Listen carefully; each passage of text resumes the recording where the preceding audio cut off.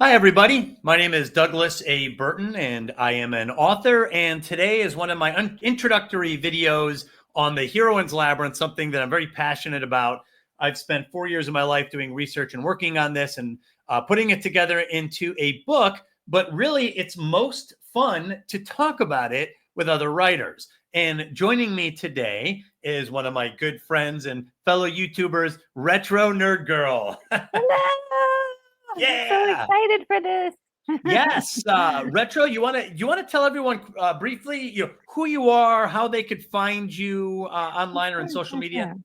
Sure. Well, I absolutely love older movies, and in fact, movies in general. Let's just put that out there. And I love storytelling. So, my channel is basically exploration, deep dive into a lot of older movies. Hopefully, I have a lot of movies a lot of people have never heard before, and a lot of people everyone has heard before. But I try to give deep analysis of these. We have reviews, movie talks, and also a watch party every Saturday for a Saturday matinee of a movie. And I think these are just a way of us getting together and celebrating these movies. Yeah. Well, and people love movies. Some people will watch a movie and fall in love with it and not know why and not care. They just love the movie. I remember at an early age, I was really seriously interested in figuring out what made a movie work. Like, why is one Yes. good and the other bad? Like, what is going on? There's something happening Yes. on screen that is different between these movies, and I wanted to know what that was. And Oh. then the same holds true for books. What makes one book good over another? What makes writing good over another? And if you care about stories, a lot of us tend to think about or drift toward writing at some point. And I'm a creative person, and I was into arts when I was younger, and filmmaking, and I wanted to be a movie director at one point. So, um, you know, I ended up really focusing in on the art of writing, and I love writing. And I wrote my first book in 2020. It was a historical fiction novel, and then this past year, last year, I guess, now, I wrote my recent book, The Heroine's Labyrinth, which Mm. which is which contains a lot of the discussions that we're going to talk about today. Um, but this isn't here. I'm not here to sell the book. I'm here to talk about the ideas, because Mm. as writers, we really love to feel like we know something, that we've got something that we can apply it when it comes to writing. And for years, I used to think that good writing was simply sitting down and coming up with a cool scene, right? You sit down, you write a chapter, like, oh, that's really cool. And then you're like, okay, now I got to write the next chapter. And, about 4 or 5 chapters in, you could start running out of gas pretty quick. And I remember in 2008, I played a game with myself where I was going to write every day, no matter what. And my goal was, I'm going to write every day, no matter what, until I get to 500 pages. That is book length. That ought to do it. I'll have a book if I do this. And I did not. I wrote 500 pages. The story was all over the place. I didn't set up anything that I thought I was setting up, and it was a disaster. And I was like, man, I spent a lot of time writing 500 pages of a non-story. Where did I go wrong? Yeah. The chapters made sense. I have characterization. Each chapter was a logical progression of the chapter that came before it. And I thought that's what it was. Write a chapter, write the obvious next chapter, take the next step. The next chapter should make sense. And somehow this was not enough to solve the storytelling problem. So if you're a writer and you've had this problem, or you have either a hard drive or a drawer full of half-written stories, I totally sympathize with you. And I'll just share with you some of the things that I've done to break out of that. And one of the main things was story structure. I used to hate the word. I used to Mm. loathe it. I used to hate thinking that I have to tell a story a certain way, that that there has to be this 3-act structure. They would show me formulas and grids and arcs, and I was like, formulas, grids, and arcs sounds an awful lot like math, and I don't like math. Me either. So, have you ever had that, Retro? Have you ever had an aversion to this sort of language in the writing world? Yeah, I mean, some of it just, like, just flies right over my head, or I just, I immediately want to take a nap afterwards.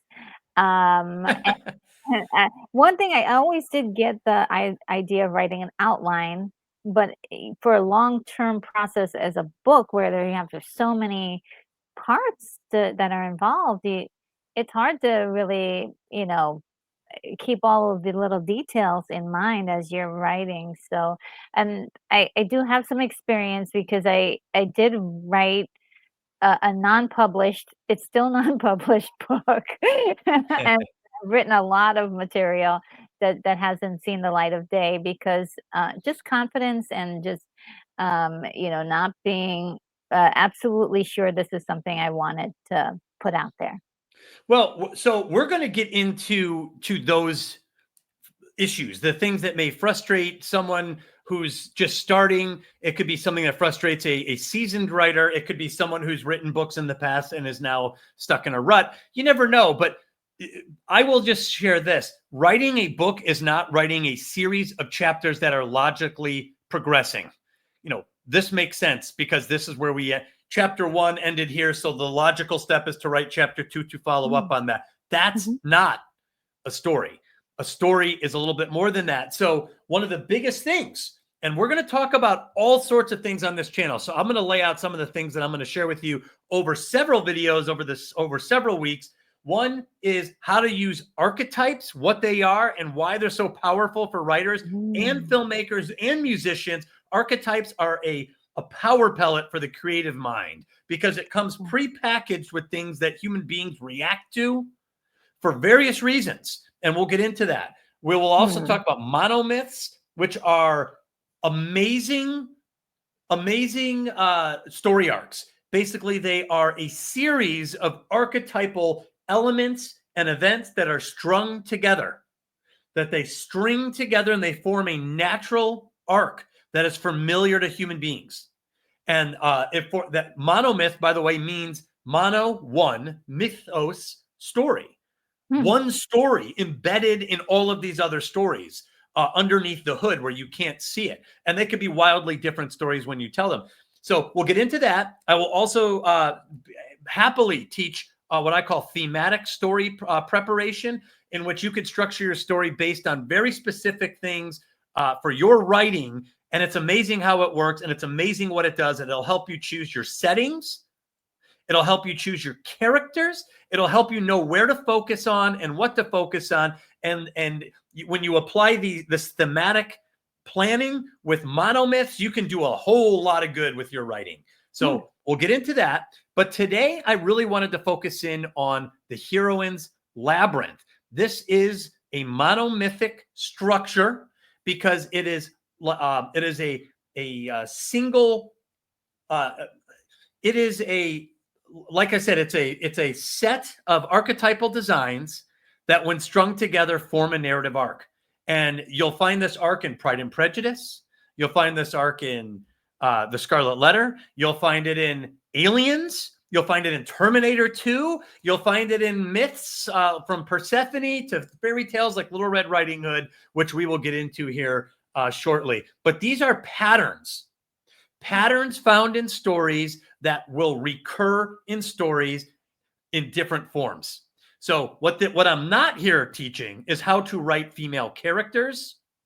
Sometimes I think people confuse what it is I'm selling, what it is I'm talking about. And some people get, you're a man. Why would you dare try to tell us how to write female characters? And to that, I say, I would not dare do that because everyone's got a different approach. And I'm certainly no expert on female characters. What I have studied are the patterns in heroine-centric stories. And these patterns are extremely powerful because once you understand what this archetypal design is, you have to unpack it. And Retro, just a couple weeks ago, you and I had a great discussion with Heath Robinson from Table Talk and Heath's Geekverse on Ex Machina. Yes. And that's a heroine-centric story.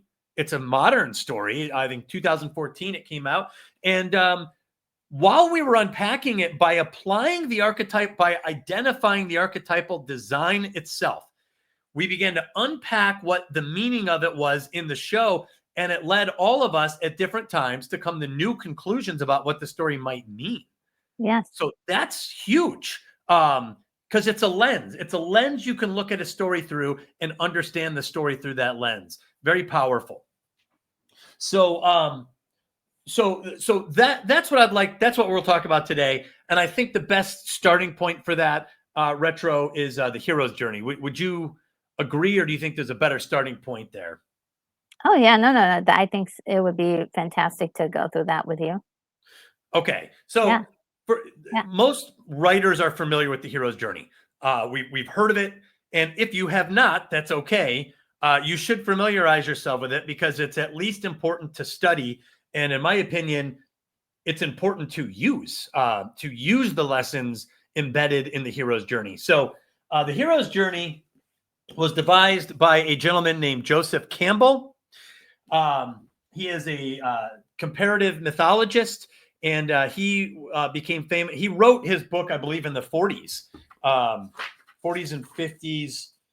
Yeah, let's see. This 1949 is when this came out. So we're talking like World War II just ended when this was written. And what Joseph Campbell did, he studied multiple mythologies from across cultures. So these are not cultures that were communicating with each other. They spoke different languages, they had different histories, and they came from different parts of the world. And what he found, and I love this, he found patterns in these mythologies, and these patterns were very much the same throughout these stories. So to me, it's almost as close to being psychic. You know, how could the Mesopotamians have something to do with the Israelites and the Egyptians and the Mesoamericans, and how are these stories? Or he studied several African tribes that had this story embedded in it as well, and he names them in this book.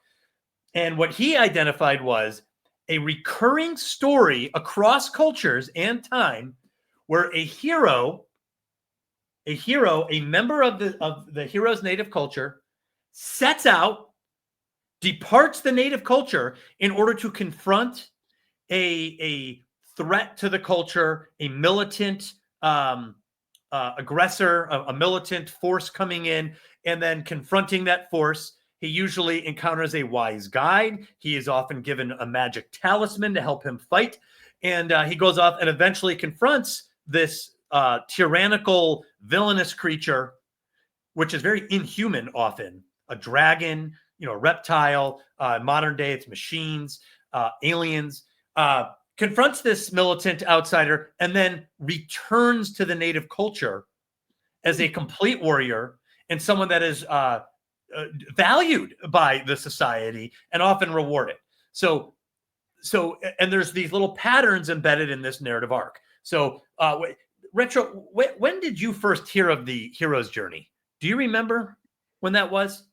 Oh, it's a long time ago. I would say like around the 90s, I heard about it. Yes. And it was one of those really intriguing factors, very much compared to Star Wars. It was like, oh yeah, this is the model for Star Wars right here, and all of us were kind of like, ooh, like what's happening here?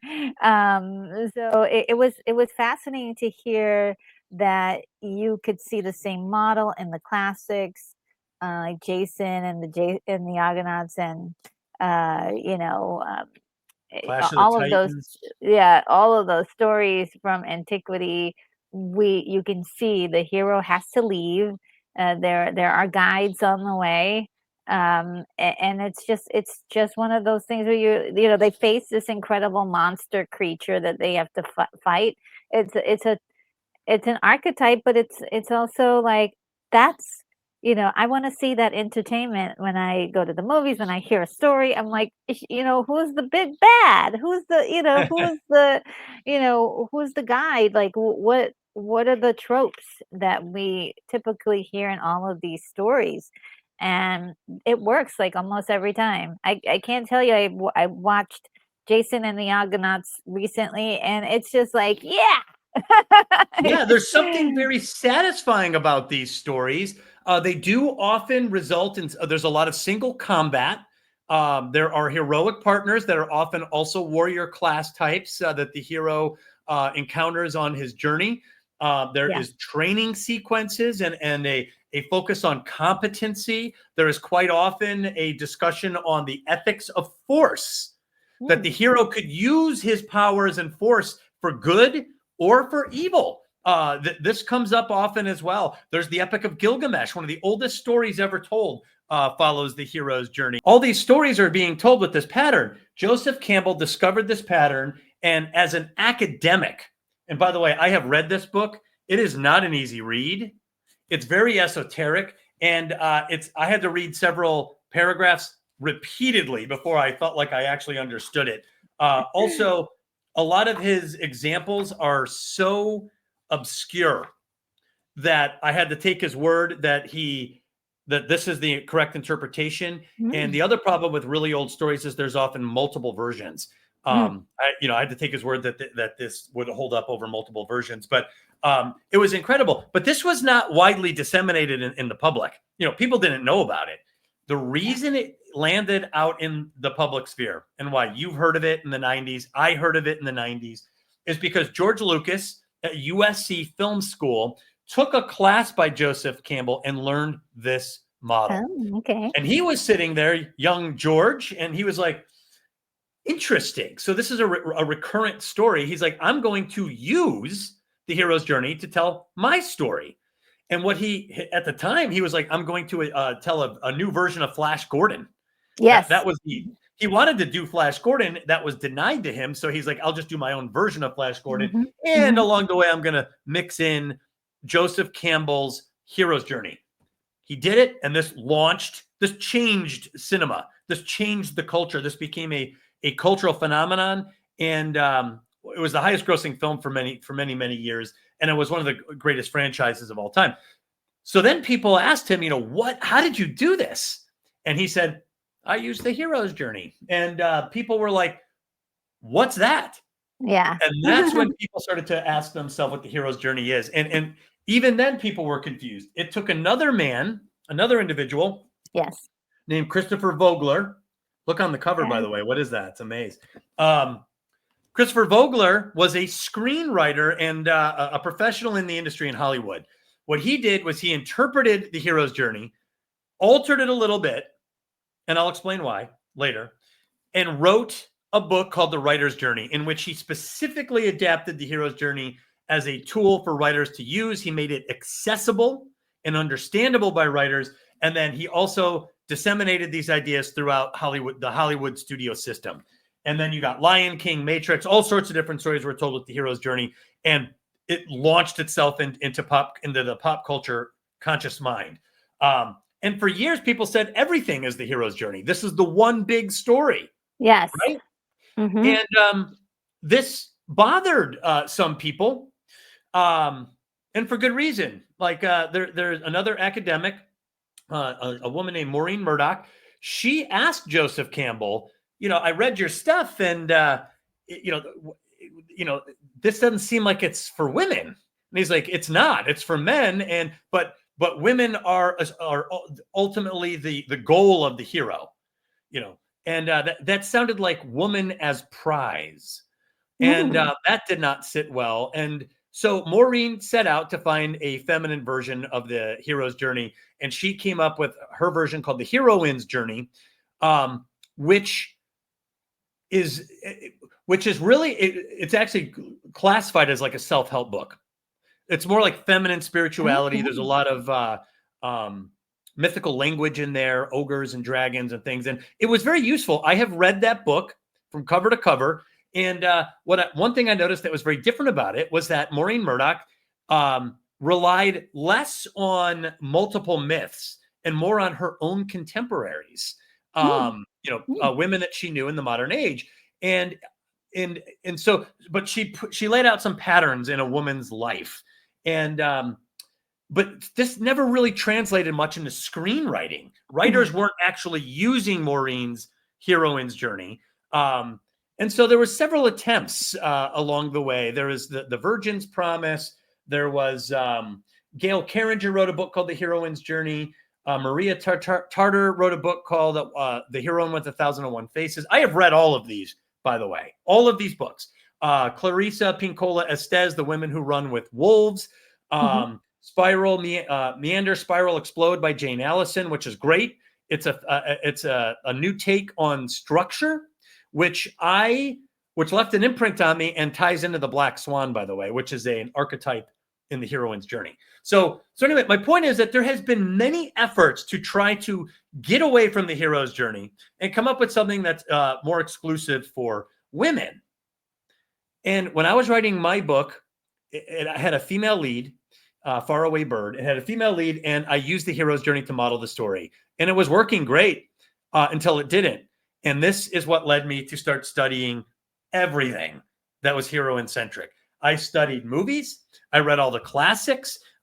Comic books, TV shows, reacquainting myself with mythological stories. And what I did was I decided to start completely from scratch to do what Joseph Campbell did, which was not try to do it for any purpose. Like I wasn't trying to solve, I'm not trying to do this. Like I wasn't doing it for feminism, let's say. There was no purpose other than to find patterns that a writer could use if those patterns existed. And I found 18 of those patterns, and they are amazing patterns. Retro, you've gone over some of these with me. Yeah. What was some of your thoughts when we first talked about the Heroine's Labyrinth? Well, I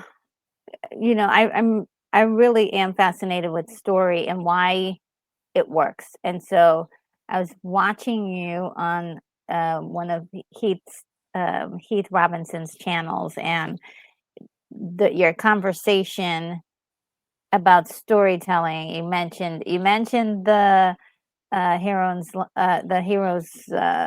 journey, and I really love that archetype structure. And so it's like, oh yeah, I was like, okay, I got my pencil and my paper and I'm in class, so this was right up my alley. And so then you started talking about your structure and why it works and where we see it in so many stories. And I was like, mind blown, because I'm like, yes, all of the stories and all of the movies that you can see this repeated in over and over and over again. It really astounds me. And it even, all of those like heroes journey stories that we thought were for sure just hero's journey stories has the heroine's labyrinth woven within it as well. I'm like, well, how did what magic is this? So just learning that there are specific elements that can be used to tell a story that are classic, that are timeless, is just sort of like, this is the pulse of something great here. This is, I can tell a story. I can tell my story if I want. So it was very empowering, and the more and more I wanted to learn about it, and to have conversations about it, because I think it's remarkable where we can actually see this in stories today. Right. And so there was a process that had to be gone through, that I had to go through, and even in discussions with other writers and friends, to kind of deprogram my thinking of the hero's journey in order to allow something new to come in and replace it. And by the way, the Heroine's Labyrinth does not end the hero's journey at all. In fact, if anything, it helps the hero's journey stand on its own two legs. It doesn't have to be universal and apply to everybody. Now the hero's journey will apply under certain conditions, and the Heroine's Labyrinth could apply under certain conditions. And so they can work together, right? Totally. Like you just said, there are several stories that we can cover, and we will over time. We will cover these stories, and I will show how some stories have both the hero's journey and the Heroine's Labyrinth simultaneously. Some stories start as a hero's journey, like Barbie, and end with the heroine's labyrinth. Other stories start with the hero's journey. Other stories start with the heroine's labyrinth, like Jaws, and end with the hero's journey. So there's all sorts of different things you can do and to help yourself understand stories. And the beautiful thing is, the more I understand the heroine's labyrinth and the more I understand the hero's journey, the less restricted I am. The less restricted. I have more freedom to go where my story takes me, and I have more confidence knowing that if I'm going in this direction, if it touches on some of these other archetypal designs, that I know I'm in good hands, because these archetypal designs have all that power, and I can now build on that design and come up with my expression of that design in my story. So the hero's journey, briefly, and I won't dwell on this, but this is the well-known diagram for the hero's journey. So the old model for a story was a line. It's a linear story. And then they changed the line to a triangle. There's a buildup and a denouement, or a slowdown, a climax and a resolution. And then they came up with this circle as the hero's journey, as a form of a specific form of storytelling. The hero is in his native culture. Something calls the hero to adventure. Something from the outside world disrupts the hero's daily routine and pulls him out. The hero often rejects this call the first time. He says he wants adventure. Adventure comes, and then he's like, on second thought, no thanks. Refuses the call, and then he reverses that and he accepts the call. He gets supernatural aid. There is often a wise guide or a mentor figure that befriends the hero. And this is important because the wise guide represents outside knowledge, beyond your locality here, small town, the Shire, Tatooine, whatever small culture you come from. The wise guide has knowledge that is way beyond that. And that is important to the hero, because the hero is going to be pulled away from this small locale and into this greater world. And the knowledge that the mentor has will become applicable out there.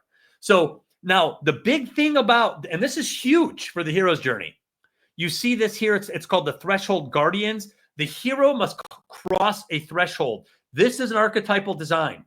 The threshold is important because it tells the viewer, the reader, the listener, the hero, that you are leaving your native culture behind. You are leaving the familiar and the certain and the predictable, and you are going to go into the unpredictable, larger world, the more dangerous world. And in order to do that, you must cross a specific threshold. And blocking that threshold is a guardian. And often there's a confrontation. I think of the threshold guardian as kind of a belligerent sentry, a guard stopping the hero's passage outward.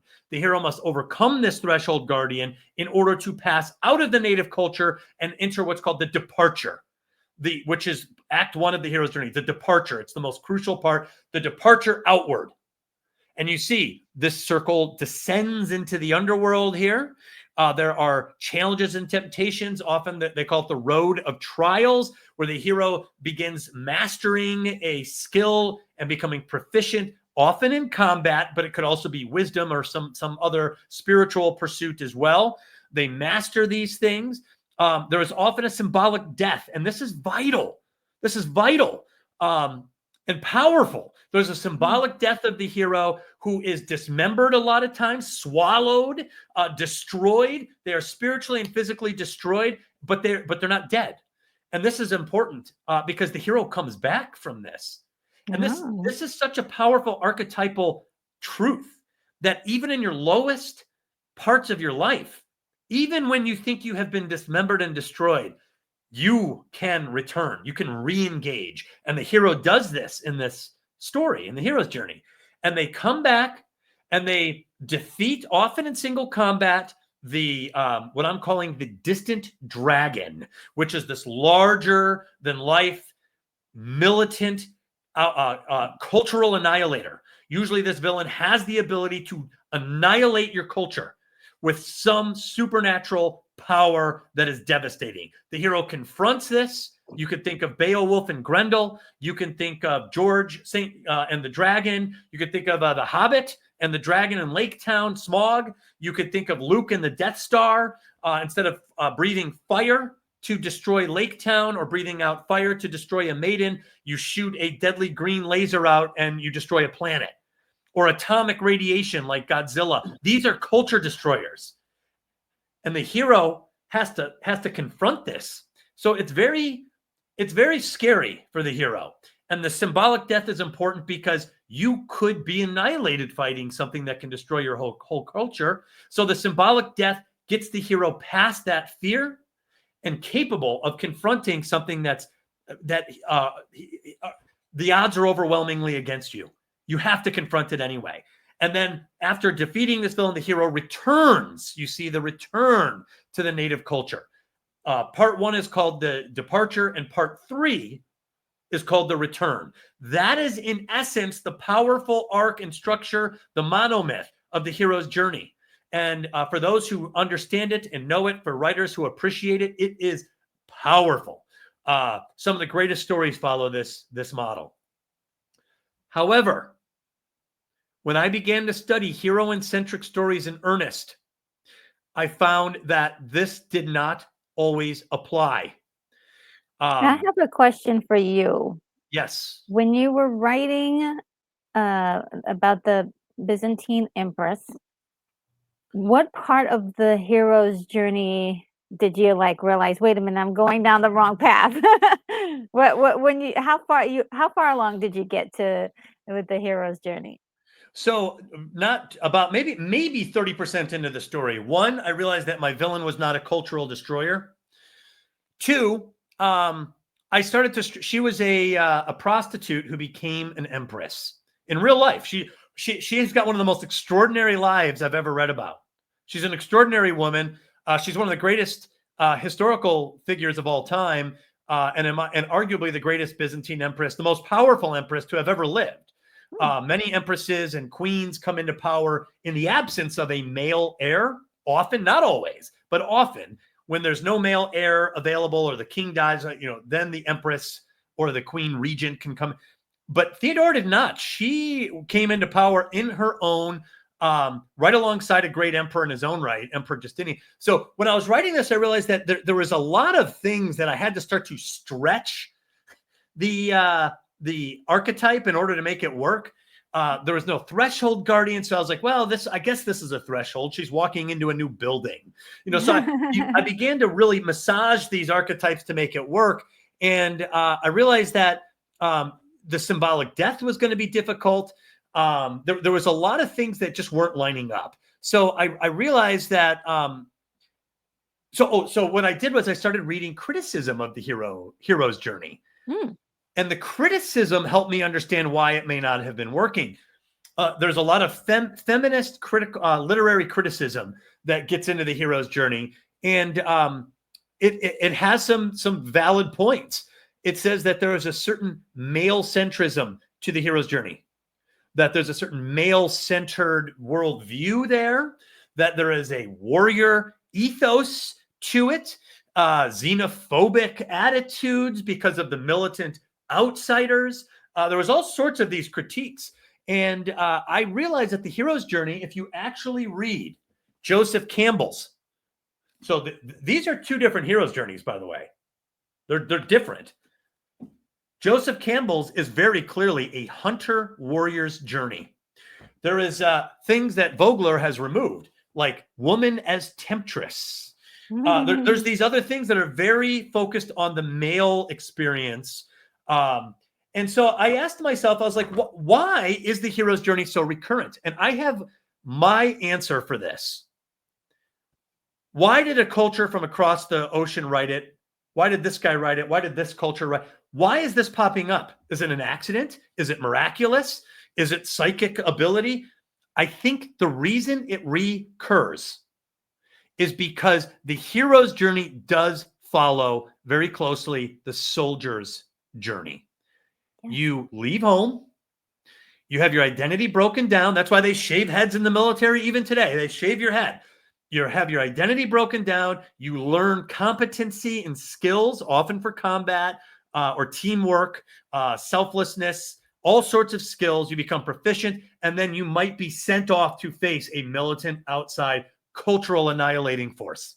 And you might not make it back. And you can't be afraid when this happens. You cannot freak out. You have to be able to handle yourself under this incredible pressure and stress. And hopefully the hero returns, and the soldier returns. And to this day, we will still give the soldiers medals for great acts of bravery on the battlefield. So there is a relationship, and the warrior role recurs all the time. Whether you are living in the Stone Age or modern day United States, we need people to fulfill the warrior role. We need people to fight for the native culture if it's ever threatened. So that is why the hero's journey doesn't matter where you are. It doesn't matter what culture you're from. You're going to need someone, man or woman, man or child. It does not matter. You're going to need someone to fulfill that warrior role. And so there is something ultimately universal about this experience, and it will be relatable, and it can be reborn again and again. And I guarantee you, it will continue on into the future, whether we like to hear that or not. There will be other wars and conflicts. We will still need warrior people to fulfill the warrior role. And in another benign sense, or the hunter role in a Stone Age sense, the hunter goes out of the cave to confront a woolly mammoth, hopefully defeats it and bring home food, right? Yes. That is why it's recurring. So if that's true, then does this apply to every heroine and every story? Is that what Jane Eyre is dealing with? Yeah. No. Is that what Elizabeth Bennet is dealing with? Were you going to say something, Retro? No, I just say no, they're not. Right. So then it made me realize a few things. It made me understand, if the warrior ethos is part of this on some level, that's why the hero refuses the call to adventure. Because you better think twice, because leaving home, you might not come back. You might be annihilated by answering that call. So you better think twice. And it's also the story is telling you, incidentally, it's okay to be scared. You should be scared. And so if you are scared, you're normal, right? That's normal. And it's also why these stories have symbolic deaths, because the likelihood of annihilation is so possible on the hero's journey that the hero must face this eventuality and find a way to be at peace with it. So I noticed one thing. I was actually writing an article called The Incomplete Heroine. I noticed that many heroines were skipping the refusal of the call. Oh, yeah. I was like, oh, she didn't do it. She didn't refuse the call. She didn't refuse the call. Some did. Like Ripley, she refuses the call. I said no, and I mean it, to Burke. And then later on, she changes her mind. But she might be annihilated. That's why she's thinking twice. When the likelihood of annihilation is on the table, that is when the hero or heroine will balk the first time. So, but it made me realize that might be a little signal that's why there might be a different monomythic structure for heroines. Maybe they're not being prepped in their stories to go confront a militant outside culture annihilator. Maybe that's not the purpose of that arc. Maybe that's why they're not refusing the call to adventure. In fact, a lot of heroines were very excited to take the call to adventure. Yeah, I noticed that too. Yes. So there's more of a willingness. So I asked myself, I was like, is there something different for our heroines? And I got one of my answers by reading a book. It's The Art of Storytelling from Parents to Professionals by Hannah B. Harvey. And in this book, she is talking about the communal nature of storytelling and how storytelling is actually, in essence, an act of community. So there's usually a unifying message. Even if it's challenging cultural viewpoints, there's still a unifying message. And she starts talking about Little Red Riding Hood, right? Little Red Riding Hood. Do you have that picture, by the way? Did you sent that to me? Let me put that up here. Oh, okay.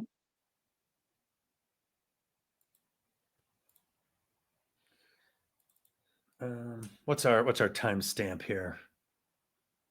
40:19.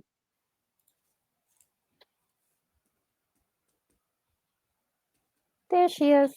Okay. So here's Little Red Riding Hood, right? And she starts telling us it's a part of the great courses, and she starts going into the many derivations of Little Red Riding Hood, how the story began in Asia and how it developed, and how this story was specifically told to girls, right? Um, and she said that the one of the main reasons behind the story of Little Red Riding Hood is to prepare a girl for becoming a woman. Yes. The transition from girlhood to womanhood is very different for a girl and a woman than it is for a guy.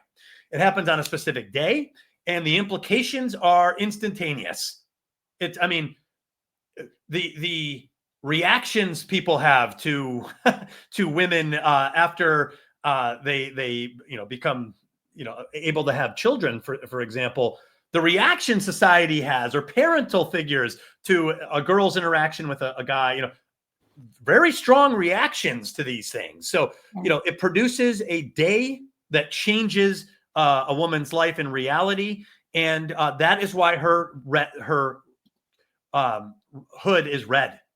It is symbolic of of a woman's transition from girlhood to womanhood. That's what that symbolizes. That's why it's not Little Blue Riding Hood. It could be, right? It could be Little Yellow Riding. It's Little Red Riding Hood for a reason. The color is specific and important to the story. So, and it also, what else happens to Little Red Riding Hood? She goes through a forest. But where is she going? Is she going out to some alien civilization? Is she going out to another kingdom or frontier? She's going to her grandmother's house. That's a familiar place, right? Yeah. Should be a safe place, grandma's house. Yeah. She goes to grandma's house, and does she see grandma there? No. No. Well, she thinks she sees it. Right. What's there waiting for her is a wolf that's in disguise. And this wolf is in the bed. And that's symbolic. Because, like I said, Little Red Riding Hood is actually preparing a young heroine for a confrontation with masculine being, with the masculine. They're preparing her for this. And so in the bed is a predatory creature. What big eyes you have, what big teeth you have. There's a danger to this masculine character, this masculine force, this masculine confrontation, and there's a threat. And it's a very real danger for the heroine. And in some stories, the heroine is eaten by the wolf right then and there. Yes. And in other stories, she escapes. Either way, the message is clear. Be careful, young heroines, for there are beasts in disguise, and they may not have your best interest at heart. They may be overtly dangerous. They could harm you. And it's coming now at the time where you're putting on your red hood, your red cape. You are now going out into the woods as a woman. And now this danger exists. And it exists, and it's real. And it could happen in a home. Yeah. It's in a home. It's in a place. In a safe place. Yeah. So, and she even talks about, she gets into other things, which fascinating. When I say she, Hannah, Professor Harvey, she talks about how one version of the story, girls are sent off to boarding school. I think this was in the medieval Germany or medieval France. The story is told when they're sent off to boarding school, and they say there's the roads of pins and needles. And during this, they're taught sewing, and the idea is a pin is a more permanent, prick, like into the pin cushion. Oh yeah. Whereas the needle. So, are you going to go on the road of pins or the road of needles? One is, are you going to take the road of promiscuity? Are you a girl that likes variety? Are you going to risk all the dangers and chaos that might come to you if you decide you're going to, open the door to these masculine forces? Or are you going to take the other path, the safer path, the more conservative path, and protect your chastity, and probably protect, have a little bit more predictability and stability in your life? And society is steering the heroine one way, clearly, especially in the fairy tale realm. They want the heroine to be chaste. They steer the heroine toward the prized archetypal archetypes of society. The innocent virgin, the chaste mother. These are prized archetypes by society. And Little Red Riding Hood is preparing our heroine here for these issues. And I couldn't help, while listening to Hannah B. Harvey, the professor, discuss this, I couldn't help but think to myself, well, gee whiz, those aren't in the hero's journey. Yeah. That's not what the hero's journey is about. They're not preparing the hero for confrontation with masculine, in the home, a disguised beast in the home. And, it's not preparing them for a day where you might be a girl on Wednesday and a woman by Thursday, right? Dramatic shift. So this was a fairy tale that really got me realizing that indeed, and Little Red Riding Hood has archetypal power to it, right? This isn't a one-off. Little Red Riding Hood is reborn as Bella Swan in Twilight, right? She's confronting the big bad wolf and the big good and vampires, and we also see her reborn as Dorothy Gale when she's confronting the cowardly lion and some of these forces on the road. We see it again in Clarice Starling. In fact, the next movie I watched was Silence of the Lambs, just by happenstance. And while I was watching Silence of the Lambs, I realized that I'm watching Little Red Riding Hood. Not only is young Clarice inexperienced in this, she meets Hannibal Lecter, and he wears the skins of his victim, and he eats people. He is a big bad wolf. Yeah. Or I'm sorry, he doesn't wear the skin. Buffalo Bill wears the skins of his victim. Yeah. Okay. Yes. and Hannibal Lecter eats his victim. So you have both of these archetypal beasts in disguise, so to say, right there in Silence of the Lambs. And there are other things in Silence of the Lambs, which we'll deep dive on that one day. That's a really good one. But I realize that these are different. And so it's time for us to treat Little Red Riding Hood, who is a stand-in for, I believe, many heroines across culture and time. It's time to take a look at her and look for her in other stories, see if she's reappearing, see if there's patterns that are similar. And guess what? There are, and it's not the hero's journey. And it's awesome. I actually learned a lot in studying this. I found 18 archetypal patterns in heroine-centric stories. And it must be said, it's not an exclusive. The heroine's labyrinth can work for male characters too. The main difference is that the famous departure and return from the hero's journey is often missing in the heroine's labyrinth. So what we get is instead of a circle, we get a little bit more of a spiral. So we start up top, and you see that the heroine, this is more of the heroine's story pattern arc. The heroine, instead of departing her native culture, she goes deeper into her native culture. The native culture is the problem for almost all of our heroines. Their conflicts are at home, and that alone told me that there's a lot of wisdom, there's a lot of unpacking to do with just that. So the heroine is teaching us that there are going to be conflicts with your native culture, and that and the native culture, by the way, isn't going anywhere. It stays with you. If you anger this person or that person, they don't leave. They're going to stick around. These individuals, you have to learn different strategies for overcoming this. So the heroine will go deeper into the labyrinth before coming back out again. So this is very much the story arc of the heroine, and the heroine's story arc is profound. So, I'll stop at this point. Did you have anything you wanted to add, Retro? Well, I'm just thinking, of course, of all the stories and the movies that I've just seen this repeated in. When you were, one movie in particular, I'm thinking about 300, and it's really a masculine, I would say a masculine storytelling there, but the queen of the Spartans, Queen Gorgo, has a little heroine's labyrinth of her own. Yes. She is battling the culture within her with where she lives, where she exists, where she resides. And I think that's um, so interesting. Instead of having to go out and face the adventure at home, the adventure can actually happen inside your own society, and like weaving your way around what's happening there. So Well, that's right. And so this helped me appreciate and understand the importance of the differences, because if we are conditioned to think that a journey must look like the hero's journey, then we might not place the same emphasis or value hmm, on a simple exchange between a heroine and a member of her own native culture. We might say, "Oh, well, that's not that big of a deal." Yes, it yeah, is.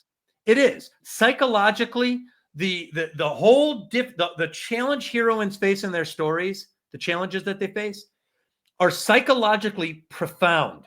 Just because it's not an overt external threat, which is profound, but that's a big one. But that doesn't diminish or lessen what heroines are dealing with psychologically from members of their native culture. So the labyrinth itself, the reason I chose that language or that word is because it does appear in mythology. So this is a very old, like oh you'll find it yes. in early Greek mythology with King Minos, and you will find it all the way up to the modern day in The Shining, Hunger Games. I mean, you will still find the labyrinth everywhere in stories when you Everywhere. start looking for it. Um, the labyrinth is a metaphor. It's a metaphor for socio-cultural rules and restrictions, things that box in and confine or limit a heroine's autonomy. That is what the labyrinth is. Keep in mind what a labyrinth was designed for, even in ancient Greek mythology. It is to allow freedom of movement and yet keep the inhabitant safely inside the labyrinth.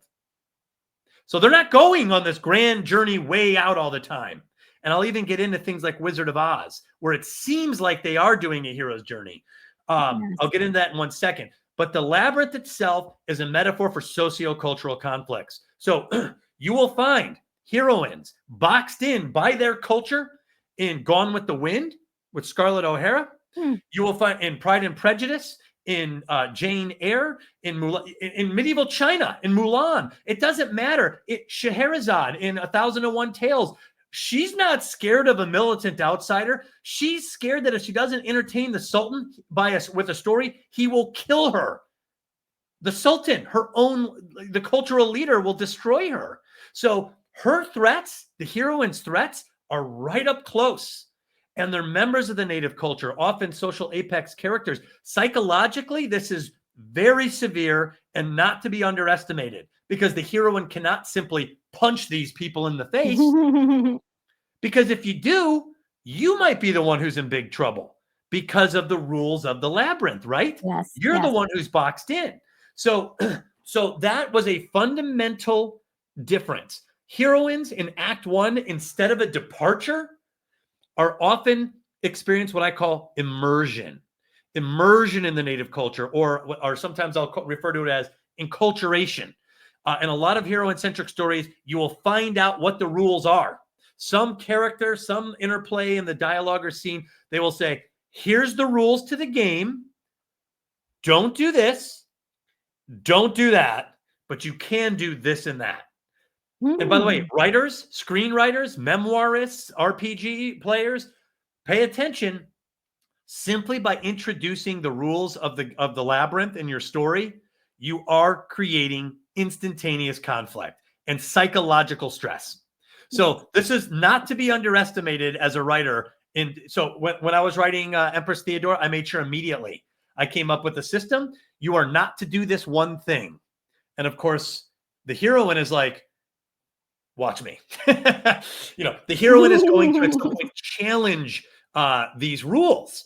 And Yeah. so this interplay, just the interplay right there, creates Yes. conflict in your story. And instead of by understanding just one basic part of an archetype, you see that you're not just writing one chapter and then the logical next chapter and then the logical next chapter. You're free from this logical path to nowhere in your writing.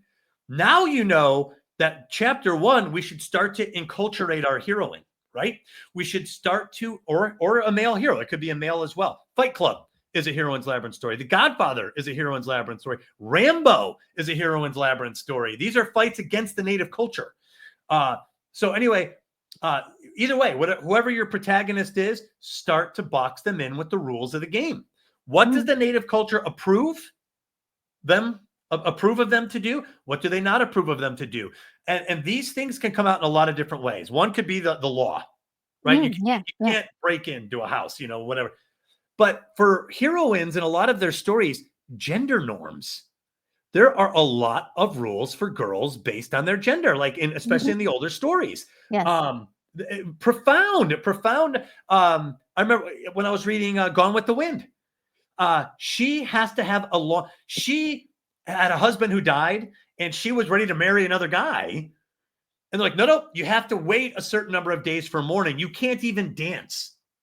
You can't dance because you have to mourn. So what do they show her doing? She's secretly dancing in this mourning thing because she doesn't want to do this. So it makes the scene make sense. Why is that being included in the story? Well, it's still echoing the heroine's larger problem, that the native culture is in fact a problem for our heroine. Yes. So did you have any other stories that you were thinking of that come to mind with the heroine's labyrinth? Well, I think we discussed once before Total Recall, which is one of my favorite movies. Oh, yeah. It is like drenched in this. And so I'm like, it's fascinating to me that you can get a story that it transcends gender. Absolutely. It does. And it doesn't have to be just for women. It could be for anybody. And it shows up so many times. Like I was watching Rollerball, 1975, and it's in there. And then another movie similar to that, Running Man, I've seen recently, and that's another construct. Total heroine's labyrinth. Like it, and with all the rules and everything, it's just astounding, and you can still have this really exciting. It's an action movie. You can have all of this conflict, though. It works on the mind in a certain way, because we know when the hero or the heroine decides, I am going to break this rule, the consequences, what is going to happen? Are they going to get caught this time? Are they going to get caught? It really plays with the tension lovely. Well, I was going to say that I know what it's like to be scolded that, oh, you're breaking the rules or something like that. You know what I mean? We kind of all been there where we've maybe not been, maybe plopped into a different labyrinth and I have to figure out how does this labyrinth work?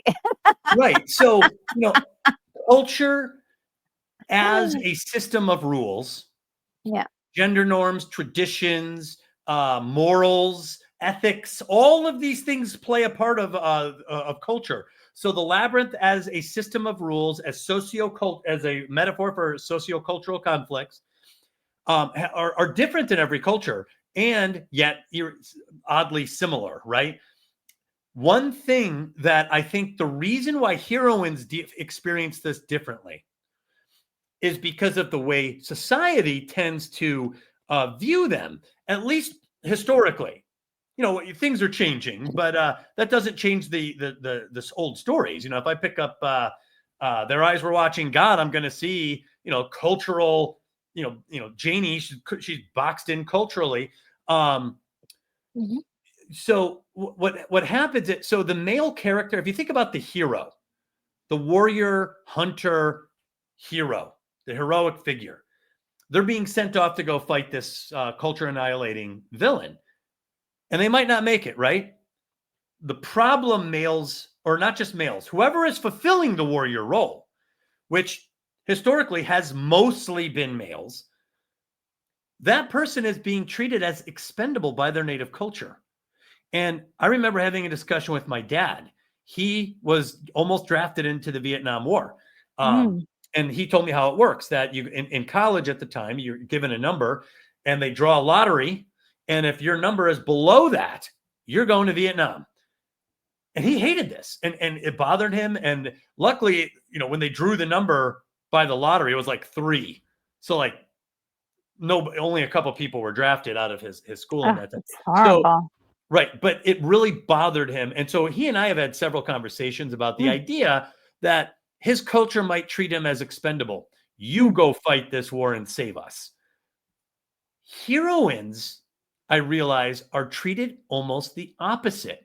They're treated as almost so precious that you have to confine them, else something bad happened to them. That Yes. is why you see the repeated imagery of the heroine up on the balcony, Mhm. gazing down at the society that she wishes she could be a part of. She wants to participate down there, but she can't. She's cut off. That's why you have the parents locking them away in a tower. You Mhm. see this motif over and over again. Clash of the Titans, Andromeda. Rapunzel. It's Yeah, not and Perseus. Rapunzel too. Who? Rapunzel as well. Rapunzel is locked in a tower. Yeah. Uh, Andromeda is chained to a mountain for a sacrifice. The native culture's doing this to our girls, to our Yes. heroines, right? Yes. So, but heroines are treated, like when the Titanic was sinking, women Mm. and children first. Yes. That's a cultural rally cry, and no one Yeah. questions this. There's a base logic to it that protect women and children, because children need to grow up and maintain the society, and Yes. women could have more children. Yes. The guys, you're expendable. You're going to go down with that ship. That is how culture treats you. You are the ones who are going to go. Mm. You are the ones that are going to go Rough. into the caves in Chernobyl during Yeah. a meltdown and expose yourself to radiation to try to stop it. You're the ones who are going to go out and charge the beaches of Normandy and get mowed down by machine guns. Culture will send you there. Yeah. And it's awful. It's really awful. Mhm. Now, what I'm trying to do is I'm not trying to minimalize the hero's journey or the heroine's labyrinth. I'm saying that psychologically, both can be terrible, and they're psychologically distinct. Yeah. They're psychologically distinct. Being treated as so precious that nothing bad can ever happen to you, to Oh, where you are and that's just yeah. confined culturally or Yeah. trapped or cut off, that is awful. And we see it everywhere in stories, in mythology, that the Mhm. heroines are trapped somehow. So again, it's part of the heroine's labyrinth. In fact, you see, I think the third archetype there, the captivity bargain. You will find a lot of heroines are talked into some sort of captivity or some sort of restricted mode of participation from Mhm. society, a lot of times willingly. And in fact, a lot of stories, heroines are originally in Act 1 convinced of the merits of the captivity, of the state of captivity, and so they do it willingly. By Act 3, they're going to have a change of mind. They're going to change their mind on this.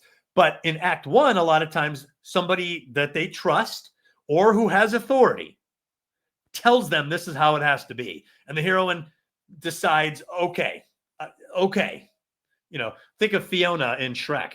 She's Yeah. she's really happy to be there. She just can't wait for her knight in shining armor to show up, right? Yeah. And it's played for laughs. It's played sarcastically, but you get the idea. Another good example of an immediate captivity bargain, acceptance and refusal, is in Barbie.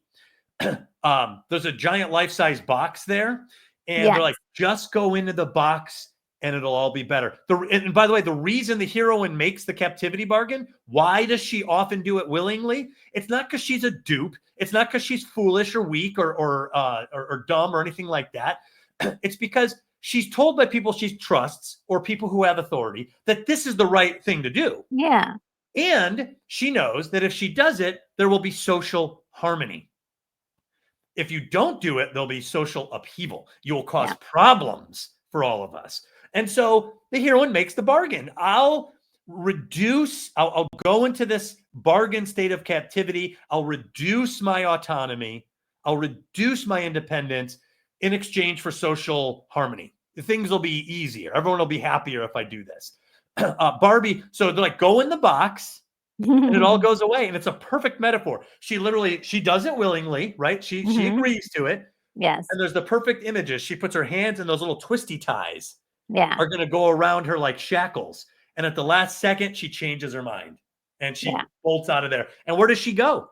Into a vast system of it's a total labyrinth in this corporation. Oh, There's yeah. hallways and secret doors and all sorts of things. And there's guys chasing her and everything. So Barbie, even Barbie, which is 2023, Mhm. has this imagery and this archetypal premise very present in the story. Yes. Yeah, I love it. So I also wanted to talk briefly about the villain in heroine-centric stories. Mm. And then I think this is, we'll focus on these three things because this is in essence where you are in a heroine's labyrinth story versus a hero's journey story.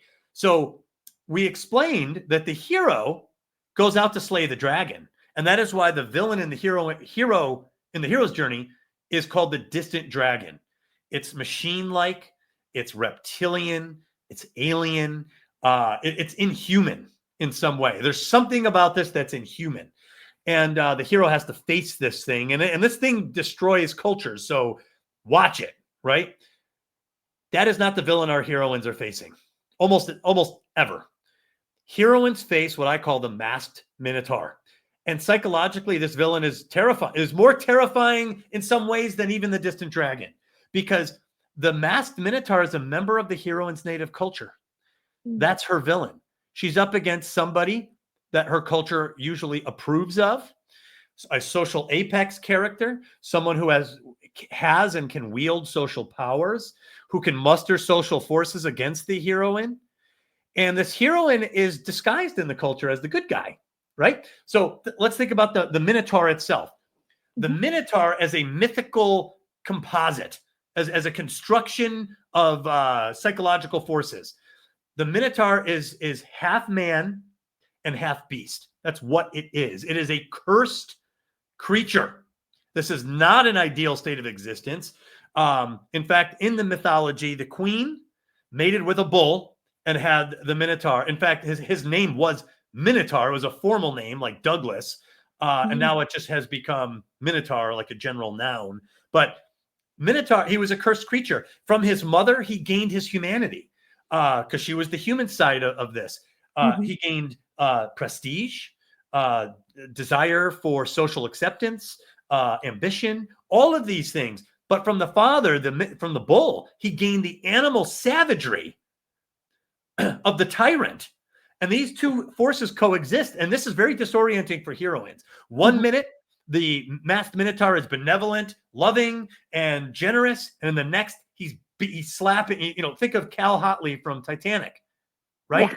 Yeah. 1 minute he's dashing, he's debonair, he's wearing his tuxedo, and he's giving her the heart of the ocean. And the next minute he's hitting her and saying, "You will learn your place as my wife." He's a tyrant in disguise, the tuxedo. Yeah. The humanity is this character's disguise. And society, that's all society sees is the disguise. Yeah. That is why this villain is such a powerful archetypal construction, because the heroine can't just walk up and punch him back. The labyrinth is there. Walk if Rose walked up and punched Cal, nobody's going to accept this. Yeah.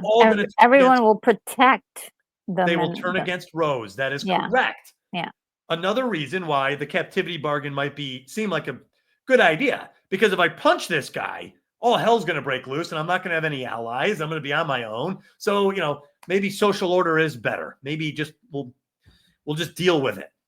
So that's the masked minotaur, and you will see this individual everywhere in heroine-centric stories. Oh yeah. President Snow in Hunger Games. So yeah, you'll find this character everywhere. Like we said, Titanic, you'll have Cal Hotley. In Tangled, Mother Gothel. It's not just a male all the time, by the way. There's a lot of female villains who are also masked minotaurs.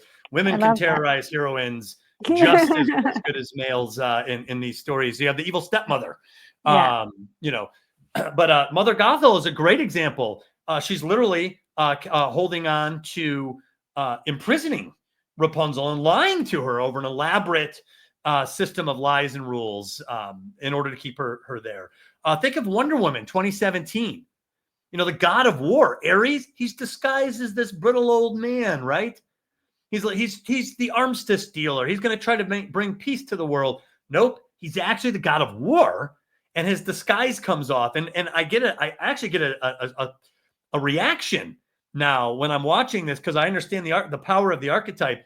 When a heroine furrows her brow and she sees the disguise for the first time, it hits me now, because I realize that that's such an important thing for her. She sees the villain for what they are. Truly, yeah. And unfortunately for heroines, that's not the end of the story. The rest of the labyrinth must now also see this villain for what they are. And therein lies her problem.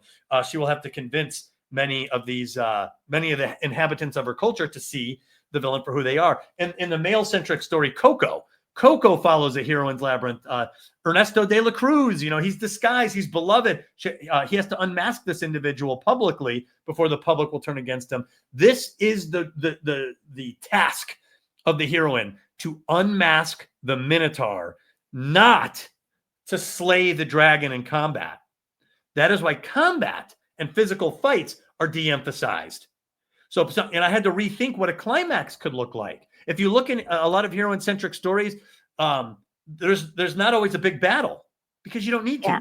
The psychological power is to remove the mask of the Minotaur and to show this individual for who they are. Because once that's done, that's how you defeat this person. That's the psychological freedom. That's the important step. So the Minotaur and the Labyrinth, if you think about just those two archetypes, create what I call the heroine's conflict triangle. And this is the core of the heroine-centric story. The native culture, which is the Labyrinth, the masked Minotaur, which is the villain, and then you have the heroine. And we'll get into the sacred fire later. But it's important as writers to understand what these archetypes are doing for the story. The native culture, the reason the Labyrinth exists isn't just to be torturous to the heroine. Mm-hmm. These are the survival strategies of the native culture. You don't talk to boys because there's a threat there, and so our culture has decided you're going to stay over here in this dorm, or you're going to do this, or that family's bad. That's the Montagues and that's the Capulets.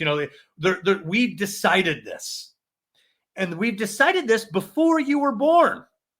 So the native culture existed before the heroine came into the story. This is vital, because all of the strategies and all of the rules, all of the gender norms, all of the morals and ethics, all of that existed before the heroine was born. And so when the heroine is brought into the story, the native culture moves in to steer her in this direction because of that word right there, continuity.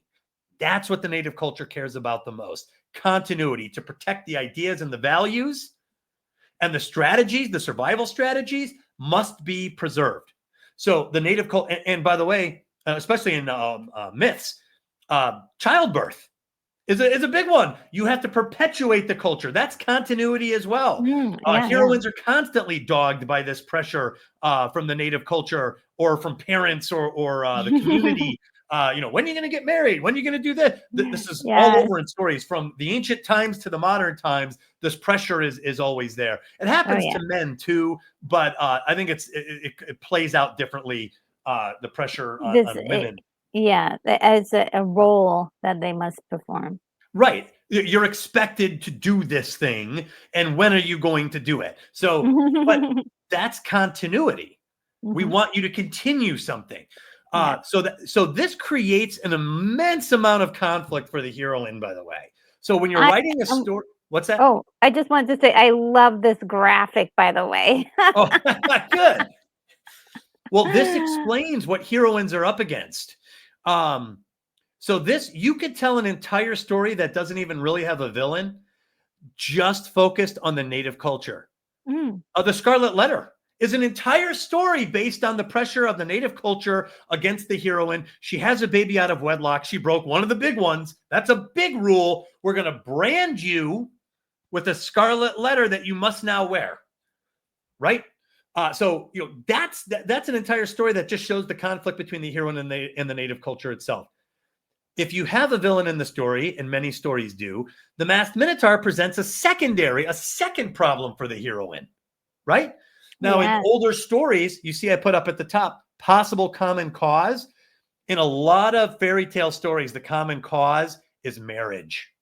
The native culture wants the heroine to get married, and here's this guy, I'll marry her, but he's a bad guy.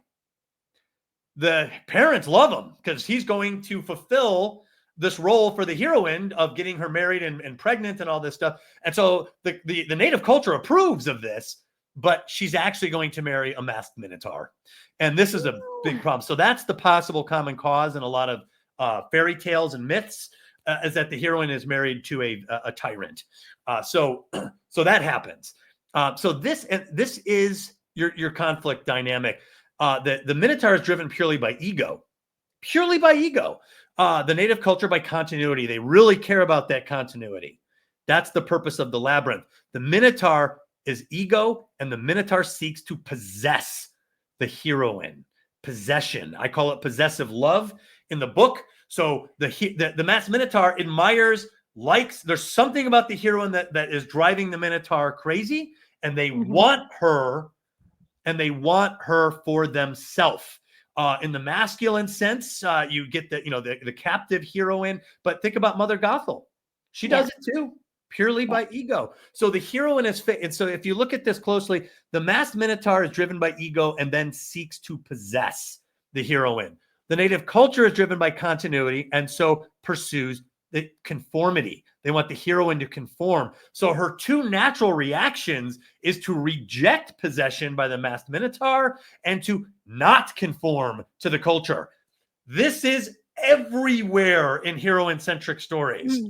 This plays out a billion times in a billion different ways. It will never get old. You will see this forever. You will see this in future stories. You will see this in a story someone's writing right now. The next movie that's coming out, you will see this. So another good example.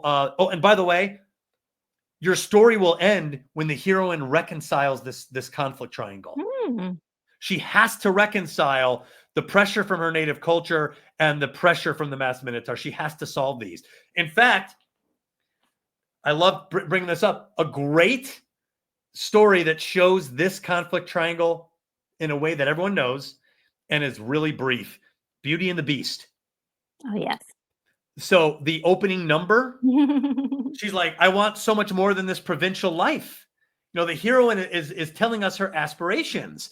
She doesn't conform to the native culture. This little conformity, non-conformity problem, it's a big one in Beauty and the Beast. She clearly doesn't conform.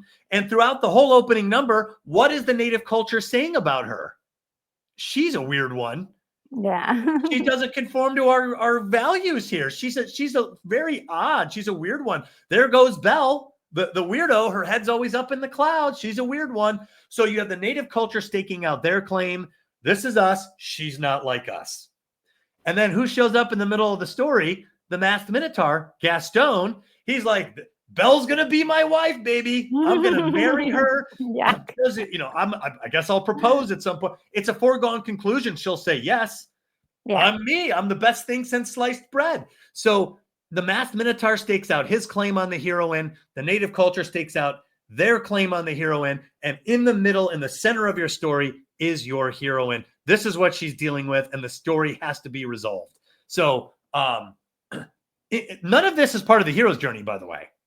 None of this. This is not a common clause for the hero's journey because the hero leaves the native culture.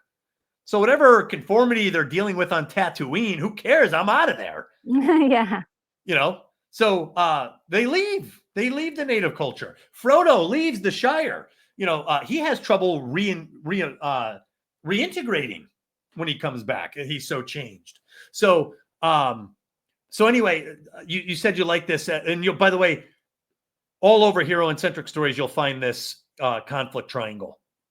Yeah, I think it's really great. I mean, you can, as you're writing, probably could create this kind of triangle for yourself, so just to keep that in your mind, like, oh, okay, who are we talking about? What are we talking about here? in the story. So I love it. It's very explicit, like what's going on and who's doing what, and you can write around that, and which is really great. Well, and see what it does though, if you understand the archetype, this is why understanding the archetype is so powerful for writers. It breaks those bonds of writing the next logical chapter, Hmm, because now you have a structure at work, and you will begin intuitively to understand, oh man, now I got to get the Minotaur. So, and it's not just the villain, yeah. right? I'm showing you there's a difference between the hero's journey villain and the heroine's. So if you're going to write your story and you're going to have a villain, the villain will be attracted to the heroine in some way. In some way, there's something about the heroine that that villain wants, Hmm. and they want it desperately enough to possess her for it. Okay. Now, the primal thing, the easy road, but it's relatable. And so don't just dismiss this, is her beauty, right? Yes. It's her beauty. She's beautiful. She's a beautiful heroine. The Minotaur sees her and wants her. But you have Hmm. to understand there's a lot of beautiful women in the world. Why her? What is it about her that's driving this guy to pathologize? Cal Hotley pulls out a pistol and starts shooting on what's driving this person mad like this? And we'll get into it in a later video, but the heroine has something I call the sacred fire, and that is what the Minotaur is after. And we will get into Yeah. this one in depth because it's nuanced, but he wants that sacred fire. The sacred fire is both a creative power and an attractive force. Yeah. Those are the dual aspects of the heroine sacred fire, which is an archetypal design. She does something that has some positive influence on the world around her. Hmm. It Hmm. could be her storytelling ability, her love of movies, her ability to write music.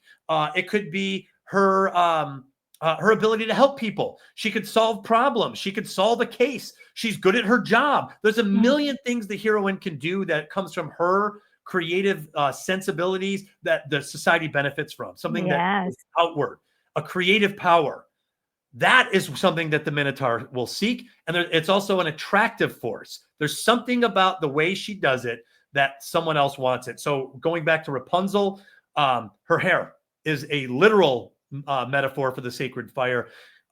Mother Gothel tries to capture her for it. And that is why they're trying to possess the hero. And they want that sacred fire. And it's illogical. It's irrational. It's an animal instinct. It's an animal drive for possession. It's not human. And that's Yeah. why it's so important. Even in Terminator, it cannot be reasoned with. It cannot be bargained with. Heroines hear this and it will resonate with them because there is a primal fear of this type of an individual. Hmm. The animalistic savage tyrant that you can't reason with.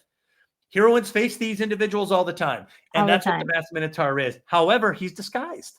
Yeah. So I mean, build your it could go ahead. literally be anybody. It could be like a school teacher that, that absolutely has it in for a student, and, there's that, Totally. like Ferris Bueller's Day Off, the principal, how the principal is just so crazy for getting Ferris Bueller. There's a reason why, right? And Ferris has been naughty, but Totally. I Well, see and that obsession, that you're talking about, that need, like, I need to have him. totally. The sacred fire is what the heroine cares about most. It's what Belle is singing about. It's what Moana is singing about. She Mhm. wants to go out. She wants to go past the breakers and explore. The native culture says, we don't do that here. That's the rule. We don't explore. There's that like creepy part of it is like, and no one leaves. Mhm. They're singing it to no one leaves this place. Um, so they set the rule. And they even said, your expectation, Moana, her father says this, your expectation is you will one day come up here to the top of this mountain, the place of kings, and you will place a rock on top of this cairn of rocks, and you will take your place as our chief for continuity. This is our leadership, transfer of leadership. It's continuity. And Yeah. that stack of rocks is a perfect symbol for continuity. How does she reconcile it? She doesn't put a rock up there. She puts her shell, which is one of her symbols, up there. So she honors the native culture by continuing to be their leader. She does become their leader, but she also does it her way, which is to go past the breakers. To be in fact, in Moana, I love how they solve it. She doesn't just do it she actually restores a lost cultural value. Yeah. She reminds the culture we were like this once. So it's very elegantly solved in that one. And the masked minotaur actually in Moana is Te Kā. She's disguised. Now she's not a pure masked minotaur. She's possessive in the fact that she's destroying the society, right? Society is collapsing, but she must be unmasked. And in this case, restored, redeemed. When she's brought back, and it's beautiful. I actually love the way Moana. Yeah, I love that. I love that kind of a transformation, sort of unmasking. It's called the reformed villain. If it's done well, it could be fantastic. If it's done as by a sense of I have to write, I don't want a bad guy, so I'm going to have every bad guy be a reformed villain. Well, you're taking away an important lesson to a heroine. There's a reason why masked minotaurs are part of these stories. The heroine must know the difference between an individual like the masked minotaur who cannot be redeemed and someone like the beast's ally, who we'll get into later, who can be. She has to know the difference. If she thinks everyone is a beast's ally, everyone can be redeemed, she could be trapped by this. One form of possession is guilt. You can guilt the heroine into, you have to save me. You have to do this for me. So whatever, just an important distinction about the reformed villain, but it's a good one. It's a good one. So as you see, this dynamic that takes place within the native culture is very distinctive for the heroine's Labyrinth. I'll point this out too. Some people will say, well, what about, Coraline? What about Wizard of Oz?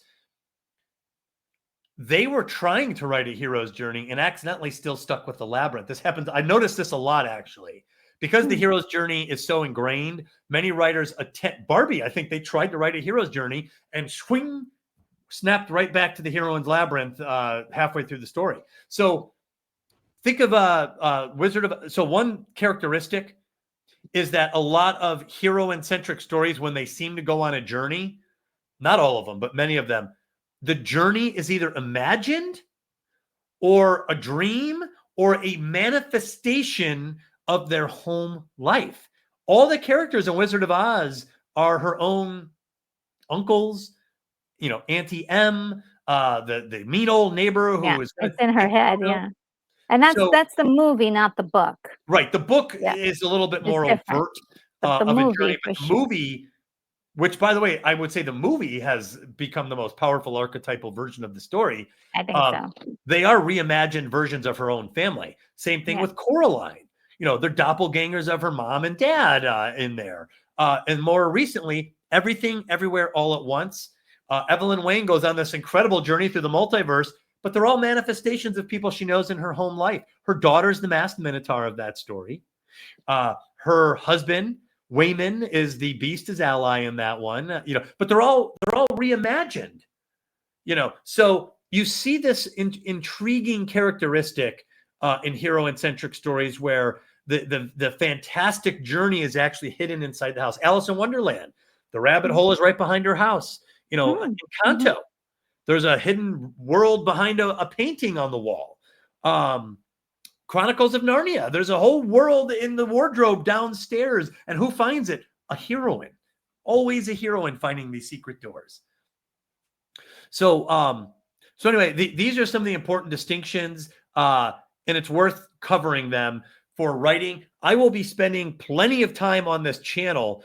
I'll be working with Retro, and we'll be digging into some of this stuff to share the secrets of stories, because it's not just a grid. We're not talking about a mathematical formula. We're talking about an incredible fusion of human psychology, human experience, sociocultural reality, and storytelling for thousands of years. Yeah.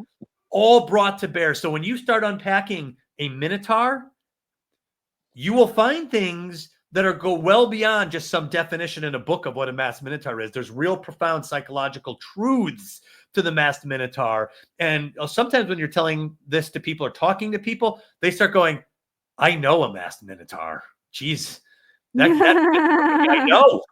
You know, Yeah, so there's quite a few of them in real life. well, And that's the other thing I do think about the heroine's labyrinth. There's so much relating to it to average experiences. Like, oh yeah, you'll experience things or elements of it in classrooms, at work, anywhere you go where there's a set of rules and a systems of things you have to follow and people that, hierarchies, you yep. have this whole thing play out. So I love it for that because, you know, speaking of being a writer or writing or coming up with ideas for writing, my goodness, this is a wonderful um, set of like ideas that you can just like put down on paper, create something real quick.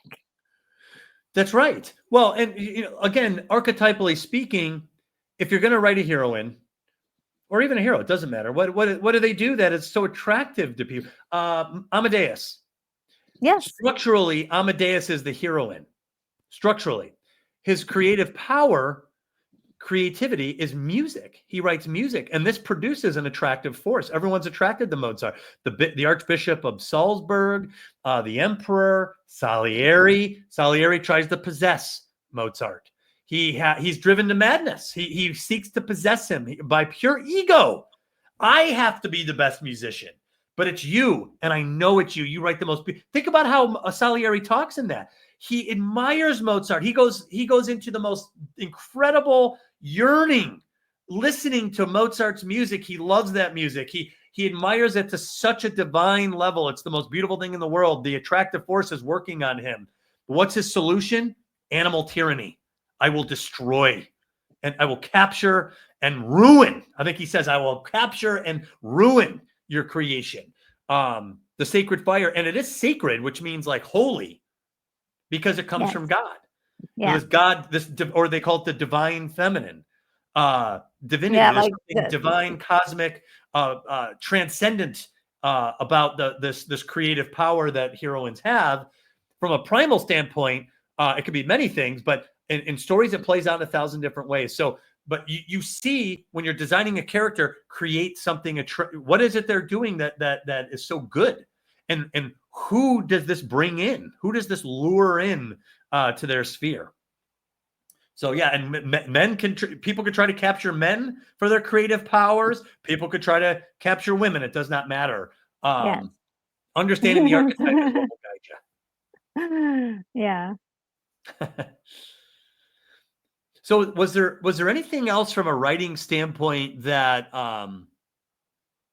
you wanted to talk? I wanted to cover the basics about this, the fundamental divergence between the two models, in which you can readily spot both.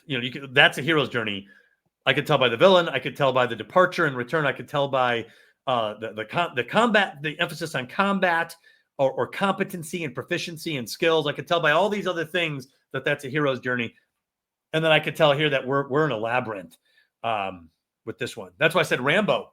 He's fighting his native culture. There's a social apex character who's trying to tyrannize him. So, these stories, the reason they work is because I think they adhere to these archetypal constructions. They have these designs in them, and these designs hit us at a frequency that we are captivated by it. I agree. I agree. Yeah, like, well, I really want you to watch. I don't know if you've ever watched it, but I want you to see a movie called People Under the Stairs. Okay.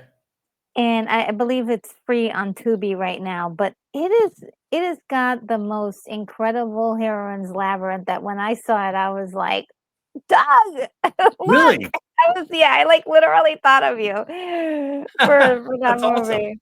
So yeah, it takes a while to get there, but it's like a slow burn to get there, but by the end it's so evident. And there's just so many that come to mind, but and we've talked about a lot of them already, but my fascination at this point is like, because I too am writing a couple of stories, just figuring out when to use or how to use, what are the first steps to writing a story with Right. this? Like, or if I already have an idea, how can I help this to work within the story that I have already?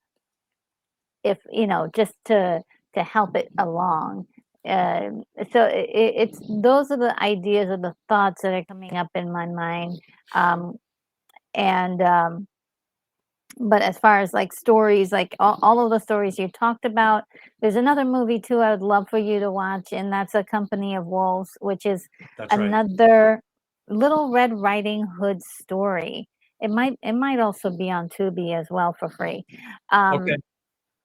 It is it has all of those ideas that there's a lot of unmasking, um, and there are a series of different stories, but one solid story through line, that's involved. I really would love your opinion about that particular movie. So retro, Uh, my one of my ideas going forward is eventually what we could do is we'll take a mm, film because of the visual power of the mm, medium.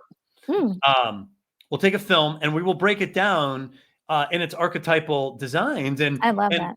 and the reason this will be so useful to writers, it'll be useful to a screenwriter, it'll be useful to a novelist, it'll be useful to an episodic writer, it'll be useful to a role-playing game, like a game master designing scenarios with the archetypal designs. It'll be Mm, perfect. You could design a labyrinth in a sci-fi role-playing game, and it's useful to a memoirist.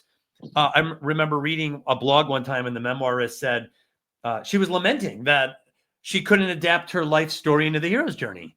And she felt there oh. was a great loss, and that maybe she didn't bring home the boon. Maybe she didn't do anything important enough because there was no boon to bring home. And it broke my heart genuinely because she only fell short through the lens of the hero's journey. I guarantee there's a heroine's labyrinth at work in her life where she did not fall short, where she stood up to a masked minotaur, where she confronted the native culture on some issue, on some level or some system. Mhm, There's a mhm, lot there. mhm. So this opens doors for narratives of all kinds. A commercial. You have a woman putting on lipstick and there's a wolf figure in the background. You just nailed an archetype. People will respond to that imagery. Um, the dark, beastly character hovering over a beautiful woman in a dress or something. These images will go. It'll go right through there and hit the bullseye in the Yeah. middle of our psyche. So, but this is a good starting point because this will show you understanding the archetypes creates patterns that aren't rigid and fixed, that won't bore you in a grid. It will start to get your mind opening up to understand the different various motivations of the forces in your story. And you'll see that writing chapters suddenly becomes a balancing act of these forces, not a logical linear progression that bores you into nothingness. Not something that you will get lost in. You will understand intuitively once you set this up. This has to end some way. Mhm. Thelma and Louise, the tragic end, their native culture turns against them, right? They don't win. They drive off, spoiler alert. I think everyone knows how Thelma and Spoilers. Louise ends. They drive off a cliff. That's their act of liberation. That's their act of gaining the agency that their native culture denied them in the end. They broke too many rules and they went too deep. So there's a lot of ways these stories can end, but you the writer can choose how it ends.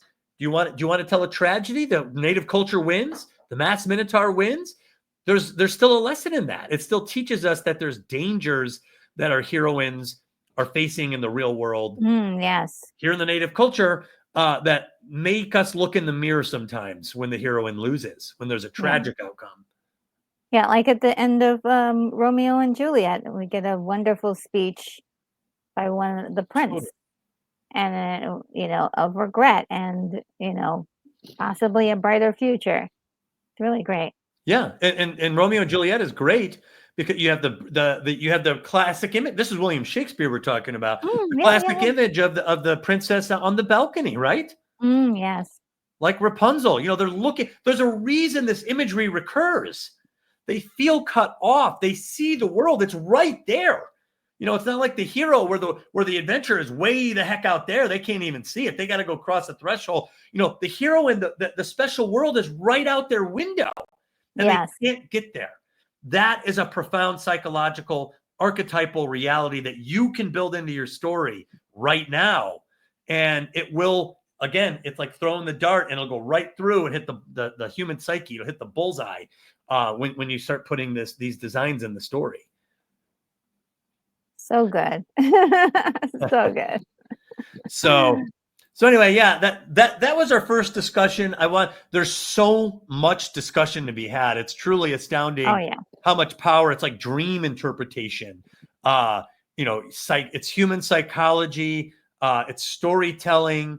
It's there's so much there to discuss. So we'll get into it. But the Labyrinth, folks, fellow writers, it is a metaphor for socio-cultural conflicts, and your heroine or your main character will be inside this, and they will be navigating it, and their journey will be one deeper into the native culture, not a departure from it.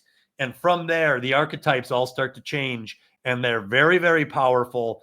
And I feel like I fundamentally transformed my thinking just by thinking about the heroine's labyrinth.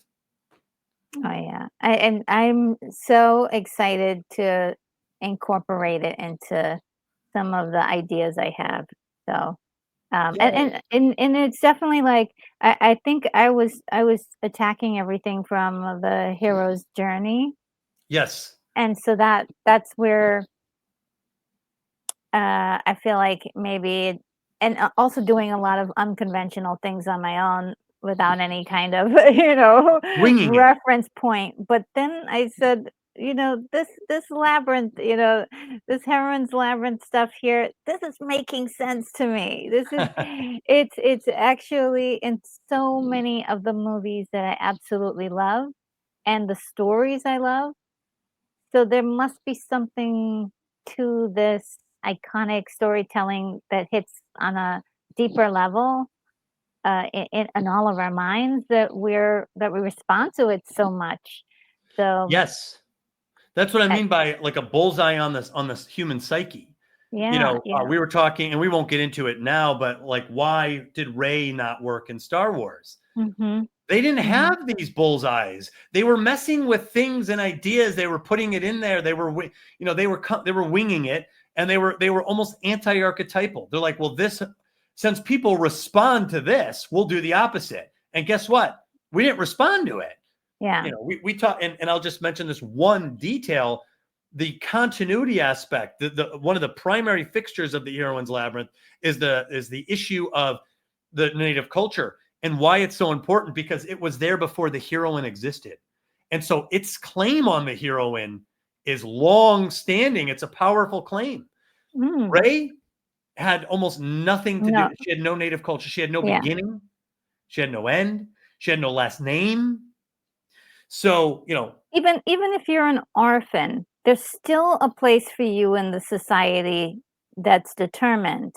Oh, you're an orphan, then you belong here. Well, or you're supposed to have a certain kind of life that that's already spelled out for you. I think the orphan, there's an orphan archetype, but there's orphan's a real person. A real character, real people that I have friends of mine who are orphans. They're always curious about their real parents, and sometimes they're disappointed when they find out who they are. But that's actually a great example. And I mention it in the book. Even an orphan cares where they came from. Were they good people? Were they bad people? Why'd they make this decision? There's a lot of questions about what came before me. Who were these people? Were they part of a different culture? Yes.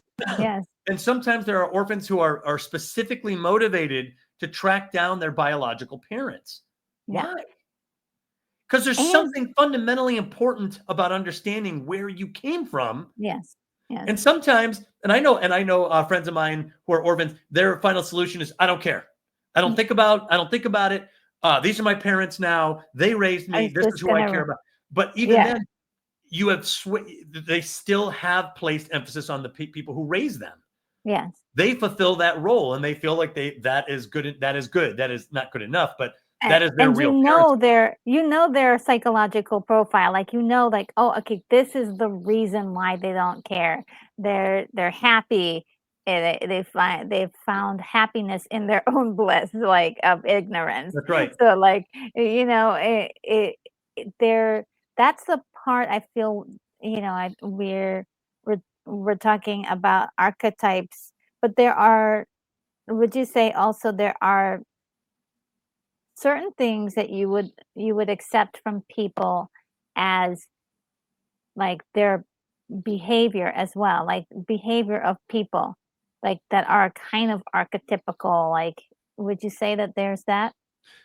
For sure. In fact, and we'll get into this probably in a different discussion. Mm, The layers of archetypes. So there are primal archetypes, which is like you see a snake, you jump, right? mm, You see mm, a mm. dark clad figure in a doorway, You you hide. sense dread, right? Yeah. Yeah. Falling, being eaten by a shark, giant teeth and mouths. These things will cause you to respond, and you have no control over it. Yes. When you see a snake, you jump. I Mm. don't have to tell you, hey, think about it. You will jump, you will respond. When you see, if you're walking around in the woods and you see a bright red piece of fruit, you'll want it, and then you'll think about it. Is it the first? My kids ask, "Is it poisonous, Dad?" These happen. These are primal. These are Mhm. biological, they animalistic realities that are part Mm. of. And so we will. So when we see Jaws and we see the shark come up close, we're like, "Oh my god! Oh my god! Oh my god!" We're responding to a primal level. Yes. So there's the primal archetype, and a lot of these have all three, which is interesting. Ah, So the primal archetype is something of nature, and it's almost uncontrollable, and it's so basic in its format as to be simple. Fear of mm. being eaten alive. I don't need to discuss this. This is obvious to us. It's so fundamental. It's so obvious. It doesn't even need to be explained. Why do you jump from a snake? Do I need to explain that to anybody? Nope. We understand it immediately. It's so basic. It's such a basic building block. But then Yes. there's the next level up, which I would call cultural archetypes. And these are reflected in families, because the families are members of a culture. So they have their way of doing the culture. So when you see, for example, the gunslinger, you know, his hip cocked out to the side, his finger touching the gun, and his hat low, and he's by himself, and he's standing there. We respond to that. The American gunslinger. We know what he is. He's a loner. He has heroic potential because he could draw that pistol and immediately end a criminal or a good guy. Which, the ethics of force. Is he going to be a good guy or a bad guy? Yeah. And if he's a good guy, is he going to stand up to the bad guys? Justice is meted out in the drawing of a gun. We know what a gunslinger is. So when the Mandalorian shows up in episode 1 in a saloon and he's standing like that, the American art, the cultural archetype resonates with us. We know what that is. We know this guy's by himself. We know he's probably a bounty hunter. So there's a cultural archetype there. And then there are experienced archetypes. And this is where I think authors and individuals have so much of a range, because it's how you react individually to all that's out there in the world, right? You put me in a saloon, maybe I'm not the gunslinger type. Maybe I keep my profile low. So I'm going to behave differently in that saloon than maybe that guy, right?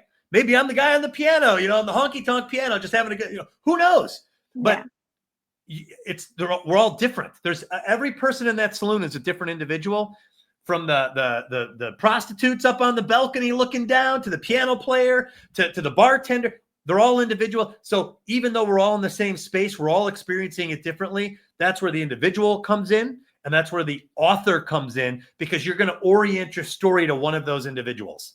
Mm. You're gonna kind of, or multiple. Maybe we'll tell apart. Game of Thrones. We'll take a lot, but the more you have, the more difficult the story is. But the individual experience is where the rubber meets the road for these archetypes.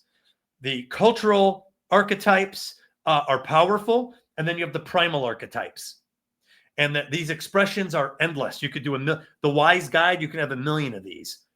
Gandalf, and then Morpheus. They're completely different characters, and yet under the hood, they're identical. They're the wise guy who understand how the world really works, and the hero does not. So, and they're going to train the hero. So anyway, so that's, I hope and by the way, that's where dreams come from. I think dreams manifests these images spontaneously. Oh yeah. I've had story ideas that come from dreams. Oh yeah. Their dreams are great. Yeah, well, dreams come from the same place that your creative mind pulls your stories from.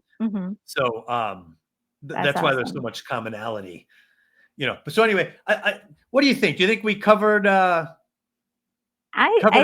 good intro? This is I would say this is a great intro to the Labyrinth, the storytelling nuts and bolts of it, like a great intro, I think. Well, and we only covered a couple archetypes. Yeah. But they're the fundamental archetypes that distinguish it immediately from the hero's journey. And if you're a writer, you can use this tonight. You can use this tonight on your story, like immediately useful. They were to me. Just from that graphic you have right there, that's plenty. This one? Yeah. All you have to do is put in the names of your characters and your places, and there you go. You've got motivation. You've got a story structure right there.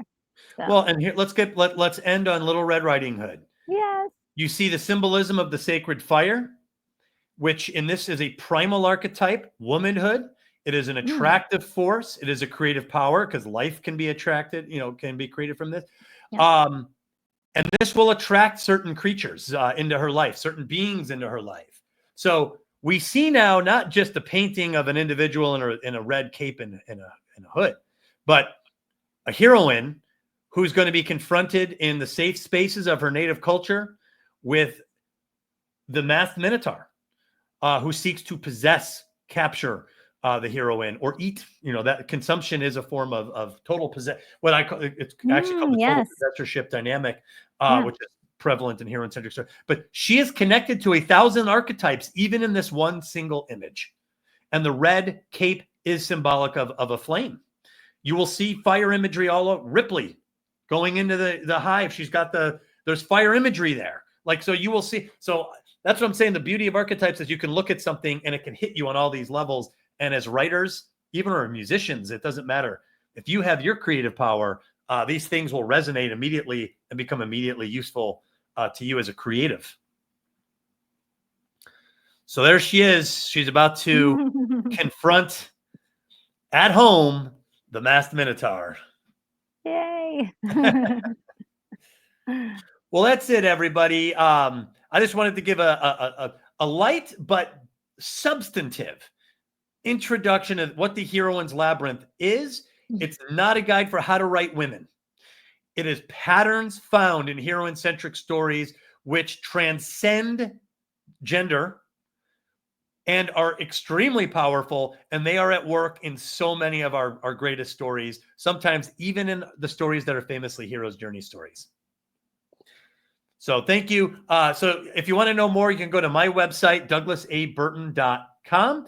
If you would like to buy the book, The Heroine's Labyrinth is available on Amazon.com or anywhere books are sold. I actually encourage people to buy from their local bookstore. And Retro, do you want to tell people where they could find you? Yes, you can find me on YouTube, and you can also find me on x.com. I will put the links to her pages and her social media in the description below. Please click on it, give her videos a listen, and consider giving her a sub. Thank you. All right, everybody. Hope you enjoyed this discussion. There will be many more in the future. So good night.